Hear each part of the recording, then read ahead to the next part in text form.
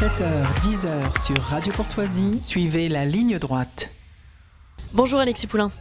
Bonjour. Vous allez revenir, je crois, sur cette attaque nocturne de l'Iran envers Israël. Oui, tout à fait. On se demande ce qu'il va se passer après cette attaque. On a vu ces derniers jours l'escalade, de toute façon, la guerre totale voulue par Benjamin Netanyahou, qui n'a pas daigné entendre les appels au cessez-le-feu envoyés par la France et les États-Unis depuis l'ONU, puisque depuis l'ONU, lui, Benjamin Netanyahou demandait de bombarder le QG d'Hassan Nasrallah pour l'éliminer au Liban. Et puis après cela, il y a eu l'incursion terrestre limitée, selon les dires de l'armée israélienne, au Liban, également avec donc cette escalade inévitable.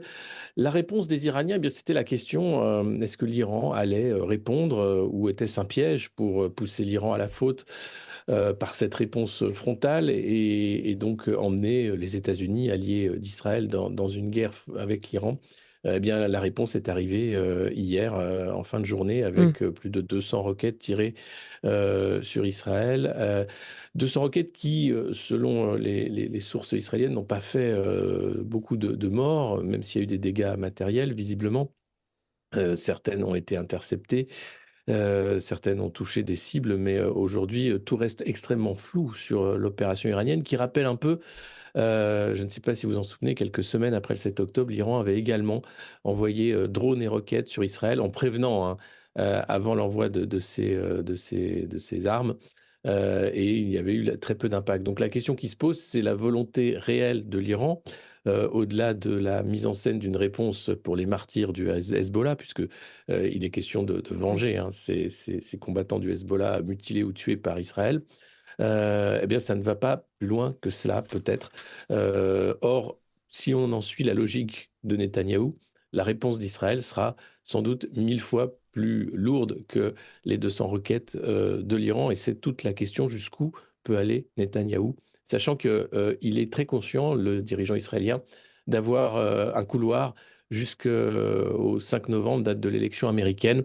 Tant qu'il n'y a pas de nouveau président dans la Maison-Blanche, il peut faire ce qu'il veut, il le sait. Et il utilise cette liberté absolue, puisque Joe Biden n'a pas eu de condamnation et des mots très légers sur dire oui, ce serait bien qu'il fasse un cessez-le-feu avant de quitter la conférence de presse qu'il donnait il y a de ça quelques jours. Donc on est vraiment dans une situation où il y a beaucoup d'inconnus, où tout pourrait basculer, puisque c'est un seul maître du jeu, c'est Benjamin Netanyahou. Personne ne peut l'arrêter et personne ne veut l'arrêter en réalité du côté occidental. Et aujourd'hui, il peut aller très loin.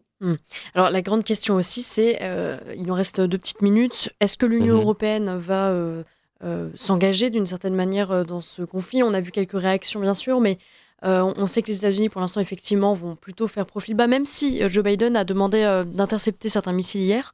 Qu'est-ce qui... Enfin, oui, j'allais vous demander, on n'est pas devin, mais qu'est-ce qui peut se passer d'un point de vue effectivement plus global entre l'Union européenne et ce conflit? Sans être devin, il suffit de regarder ce qui s'est passé. Il y a de ça quelques semaines, les autorités israéliennes avaient invité Stéphane Séjourné, qui était alors ministre des Affaires étrangères, et le ministre des Affaires étrangères britannique en Israël pour organiser une sorte de pacte, ou du moins une alliance, a priori, contre l'Iran, si jamais l'Iran venait à attaquer. Donc de toute façon, aujourd'hui, les pays européens sont en grande majorité derrière Israël contre l'Iran. Alors, il y a des questions qui vont se poser sur le rôle de la Turquie, évidemment, comme toujours. La Turquie, qui est membre de l'OTAN, mais qui a une position particulière par rapport aux autres membres de l'OTAN, pourrait être la seule voie qui va différer. Mais globalement, Israël veut emmener ses alliés dans une confrontation face à l'Iran pour éliminer tous les proxys iraniens dans la région, Hamas, Hezbollah et autres, et s'assurer aussi une victoire sur le régime des Mollahs. D'ailleurs, avant la frappe d'hier, Benjamin Netanyahou s'adressait aux citoyens iraniens en disant qu'ils méritaient mieux en tant que grand peuple perse que le régime des Mollahs et qu'Israël était leur ami et que, en revanche, ils étaient prêts à les frapper n'importe où pour défendre leurs intérêts. Donc on est là, en termes diplomatiques, dans une hypocrisie totale ou une inaction totale, où il y a beaucoup de mots, de gesticulations. On a vu Jean-Noël Barrot, le nouveau ministre des Affaires étrangères, bégayer quand une journaliste lui demandait pourquoi la France n'avait pas condamné plus fermement la mort de 2 civils français lors des bombardements israéliens au Liban. Ouais. Il a eu du mal à s'expliquer en disant mais si j'ai condamné, j'ai pas dit ça. Enfin c'était une scène très gênante. Donc on est de toute façon hors jeu dans ce qui se passe maintenant au Mm. Moyen-Orient. Ce sont les États-Unis et Benjamin Netanyahou qui décident de tout. Ouais. Bon, à suivre en tout cas. Enfin, la situation est quand même intéressante, mais de fait assez dramatique. Merci Oui, beaucoup complètement. Alexis Poulain. On en reparlera peut-être la semaine prochaine.